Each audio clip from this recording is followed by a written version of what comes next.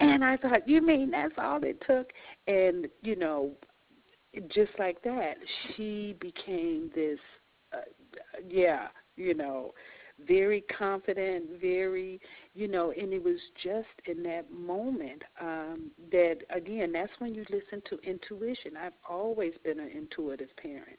I've always prayed and said, well, I remember praying about how to potty train them because I didn't want to do the spank them when they had an accident, and I remember praying and having my spirit guide me through that. I prayed about everything and allowed it to come to me and meditated on everything to allow the answers to just drop in, and download is what we call it now.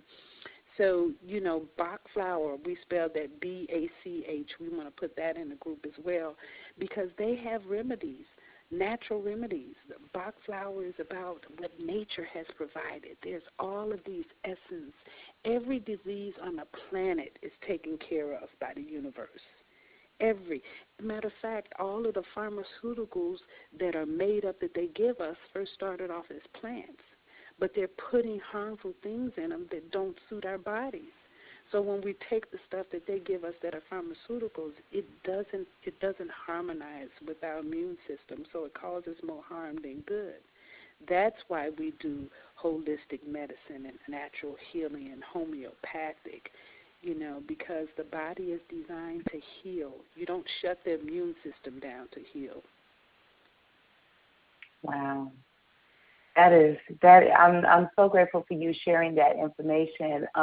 Each of us as coaches inside of the Master Force Academy, we have different things that we focus on. And so thank you for mentioning that with the Bach flower, and then also some of the other things that I focused on, you really have been touching them. So it has been so inspiring for me because I know that this measure of education, once people get a hold to it, it's like we're being reminded of something that we already know, and so we can take it and go to the next level with it. So that's very exciting. It's very inspiring. So thank you for sharing that. That's what's up. Very good. And Iccha, I just want to say that, imagine that, people have homes that, they can get together, and there's scientific proof on this about meditation. I believe that we should have meditation circles throughout our communities. But there is scientific proof, and you can Google this, that demonstrates that meditation changes the vibration of the community. So imagine if we just started meditating with our families, meditating with our children, meditating with the teenagers, just even giving them access to that kind of energy together would begin to bring peace. It's as simple as that.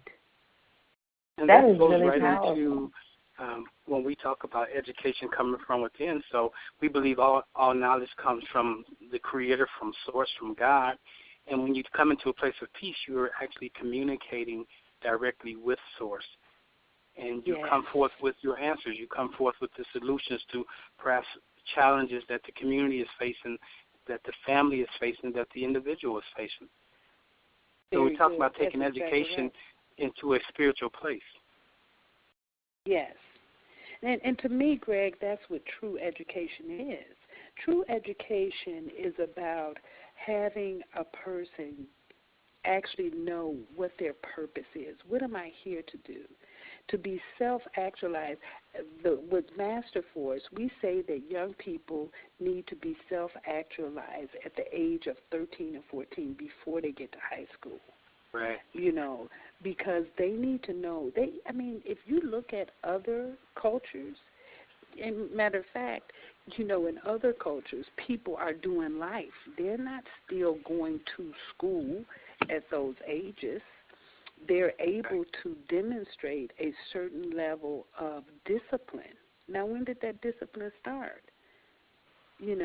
So we have to look and see how we're using the system to keep our children as children.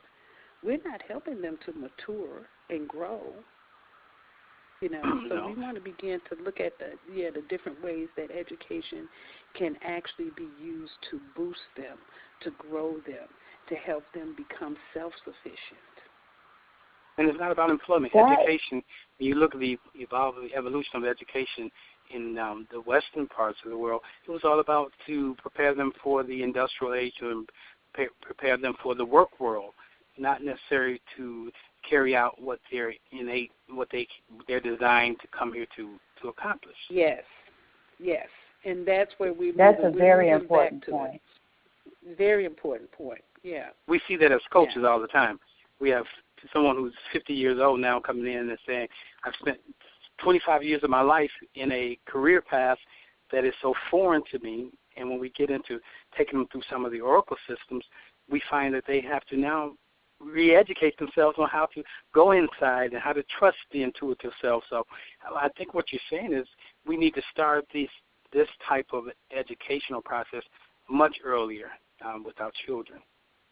Oh, much earlier. I mean, I really did, and even with my grandchildren, when each of them are born, the first thing we do is we call the astrologer and say, here, this is the time they were born, this is the place they were born, send us a natal chart. And then we actually use that natal chart to determine what their name should be. What is their name, so that their name can vibrate with the energy of their body? The reason that you guys call me Mu Shemsu-t, my name means she who follows God in divine essence. But the more that you say that name, the more it resonates in me. It actually raises the vibration so that I become that. So that I'm living inside of my purpose the more that you say it. So you help me to become more of who I am by saying my name. And this is the purpose of a name. It's a vibration. It's a frequency. So we have to give our children names that match their purpose in life. Not a car, not an alcohol drink, not a dance name. We have to give them names that spark their genius and their purpose and their imagination. So, we have to get back to some things that make sense. Yeah. Absolutely. I have a question for you, Mu Shemsu-t, and this is coming from the vein of some of what we've been talking about as it comes to the education of our children.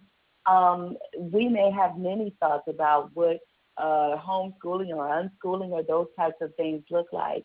If people have not committed to making those steps, what are some of the ways that they could really work inside of the context? You mentioned a little bit before, but if we can deepen into that a little bit, what are some of the ways that they can work inside of the context of a traditional, their child is going to CPS. We're in Chicago, their child is going to a Chicago public school. What are some of the ways that they as a parent can still send their child to the neighborhood school and still have a child that is self-actualized like we're speaking about at a younger age, at the 13 and 14-year-old age? Yeah, what I can envision, and this is just me, at some point, I believe that we will need to release some of our need for material things that take away our energy so that we can give more time and energy to our children and our families. Because when we're able to do that, that means that we can have one parent who is responsible for the spiritual and educational leadership of the children in the house, and then the other parent can be responsible for the sustenance and maintenance of whatever needs to be provided as far as food and shelter is concerned. Now, when you can create that type of partnership, now you can have a home that provides nurturing. So you have the nutrition factor handled, you have the healing arts factor handled, and then you can have the parent who is at home, they can create a study center where they can learn things and then teach it to the children, actually teach it to everybody. And then maybe you can have different families. This family teaches about, meditation. This family teaches about visualization. This family teaches about metaphysics. That family teaches about healing hearts. And so we have different families visiting each other or going from different houses, or the children go from different houses learning different things. We have to bring the concentrated effort back into our homes. Our homes. Our homes are designed to nurture, protect, and love and grow our children. This is what our homes are for. But now they're just functioning. They're just places where people go to sleep and eat, and then they're back on the road. We want to change that. We want to change that. We want to come back home. Wow. Thank you so much for that. That's wow. That's really powerful. When I know of myself that I'm very much of a visual person, and so as you were saying that, I just imagine, as it is now, we're just now getting into winter. People don't know it's only been fall up till now, so get prepared. Right. But anyway, it's it being a night that it is. It's nice outside, but I'm just imagining. I see children coming into the house. I see mom in there relaxing. She's drinking some tea. She got some candles going, and she's talking with the children. I see dad over there. He's making some popcorn, and, maybe cousins and whatnot are around. And I feel such a warmth and a connectivity, and it feels very nurturing and supportive. And I can see that as we move forward, and I spoke this out the last time that we, every time that I've facilitated, we've done these workshops, these teleconferences, the energy that we're creating and this vibration that we're putting into our communities as we share this vibration of us speaking all of this truth out and sharing these ideas and sharing these transformative directives and information and concepts, I really can feel the shift occurring. I really can feel that, because I know that somewhere that is happening right now. That's powerful. It's interesting because when I was moving places recently, changing spaces, I had the collection of Harry Potter books, and my daughter was like, "Well, why do you have these Harry Potter books?" I said, "Because in the summer, your brother and I would get together and we would read them together." Now, he's 18 years old now. He's like, "No, we didn't." Oh, God.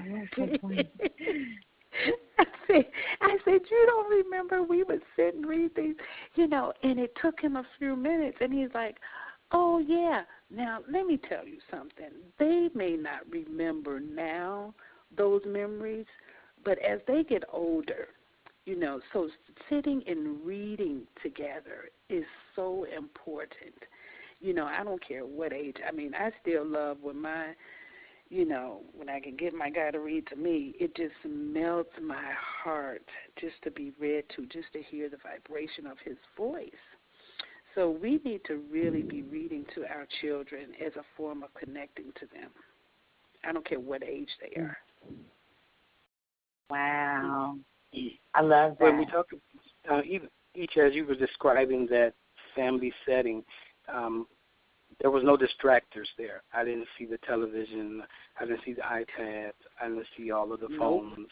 And so that energy that would go into the family was there. But now with the advent of such technology, Mu Shemsu, how do you see that playing into what's going on with our children, and even from the role of educating our children? Yeah, well, one of the things that we can do, again, is to bring back the balance. So even for myself recently, and you guys can also take this on, I started doing a study in telepathy. and how to increase my own telepathic energies. And one of the things that I discovered is that the cells and the frequencies and all the different frequencies that we have in our homes and around us, they interrupt our ability to be telepathic. So I took, I took a sabbatical from the phone, so I'm not using cell phones. I only use web-based and very limited, so that I can use and heighten my ability to